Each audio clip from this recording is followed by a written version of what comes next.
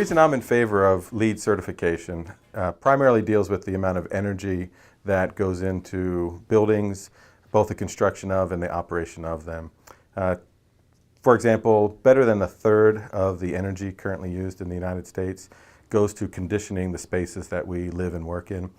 And almost another third goes into the construction of those spaces. So when we look at total resource demand and energy demand on the environment, we're talking about a tremendous amount of resource and energy that goes into our buildings, our structures, our workplaces.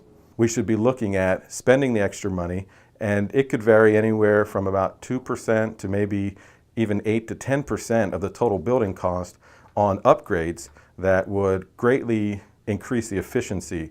And I'd like to see a coupling of the construction process and all of the categories in the LEED rating system really speak to those choices that people make during construction that then allow for a life cycle cost that has minimal impact to the environment, both in terms of material resources and the energy that we need to run those buildings. My issue with LEED certification is that it has come to occupy too large a part of the imagination of people, both in the university community and also the larger community outside of the university boundaries, so that it really has become to be known as the standard for whether a particular building or whether a particular university is actually green or not.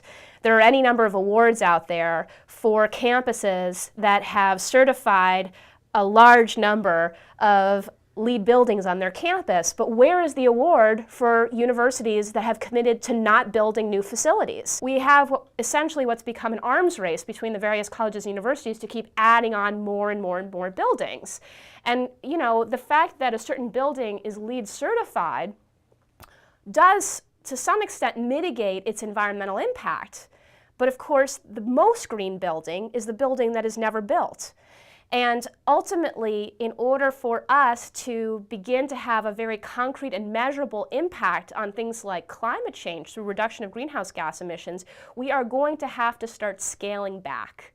LEED certification, however, does apply to both new construction as well as major renovations. Actually, major renovations under LEED certification is a way that we can couple reuse of existing structures, the infrastructure that's with that structure, for example, transportation routes and the like, but we can then take that building and do a renovation there that changes its efficiency entirely. I think a great example of that here in the Athens community was a couple years ago when the middle school was scheduled to be renovated. One of the options was to construct a new building out near where the high school would be. And the city actually allowed the citizens to vote, and I was happy to hear and I was a supporter of the decision that we should renovate the existing building. The cost was nearly the same as what it would have been to build a new building in another place, but it kept the character of the middle school, it kept the infrastructure around that middle school, but still provided an efficient, safe environment for those students. The dirty little secret behind LEED certification of major renovations is that while studies have shown that a renovation that's completed according to LEED certification standards uses up to 40% less energy than a renovation completed without LEED certification, the building still uses more energy after the renovation than it did prior to the renovation. The way that LEED distinguishes itself is in comparison to what the renovation would have been.